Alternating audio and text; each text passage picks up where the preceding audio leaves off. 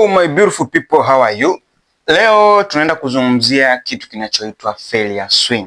Failure swing kwa kifupi huwa tunakiita SMS. Sasa failure swing ni nini?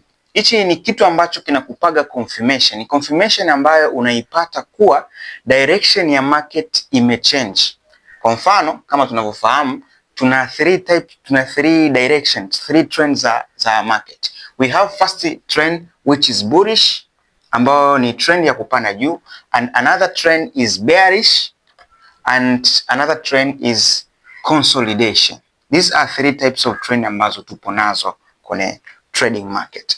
Sasa failure swing, hichi ni confirmation ambayo inakupatia kuwa this market imechange direction. Kama market ilikuwa inafuata direction ya bullish, manake itachange direction kuwa bearish. Na sasa hii failure swing ipoje? Failure swing ipoje? So to assume the market was an uptrend. Market ilikuwa ni bullish. Kwa market ilikuwa ni bullish, inapanda juu.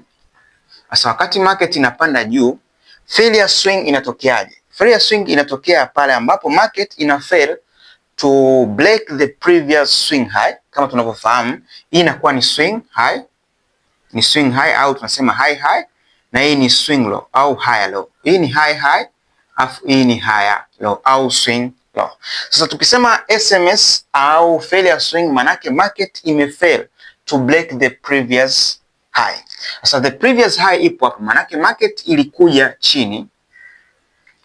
Baada ya kuwa imekuja chini, imefanya pullback, baadaye ikafail to break the previous high. Previous high hii hapa. Manake market imefail to break the previous high. Na baada ya kuwa imefail to break the previous high, itaenda ku break the previous low. Kwa itakapoenda ku break the previous low, manake hichi kitu kilichotokea hapa, hichi ndio tunakiita failure swing. Manake market imefail to break the previous high, ikaja ku break the previous low, higher low, alafu change direction yetu. Maanake tutasubiri pullback hapa, engineer liquidity au kwenye fair value gap, tutafuta confirmation ya entry, market change its direction. So kitu gani kitakupa confirmation? Ni failure swing. Failure swing, hichi kitu kilichotokea hapa, market fail to break the previous high, ikaja ku break the previous low. Hivyo kuja ku break the previous low, manake hii ikawa ni confirmation yetu kuwa market change direction. Sasa failure swing ni confirmation ambayo inatupatia kuwa market change direction.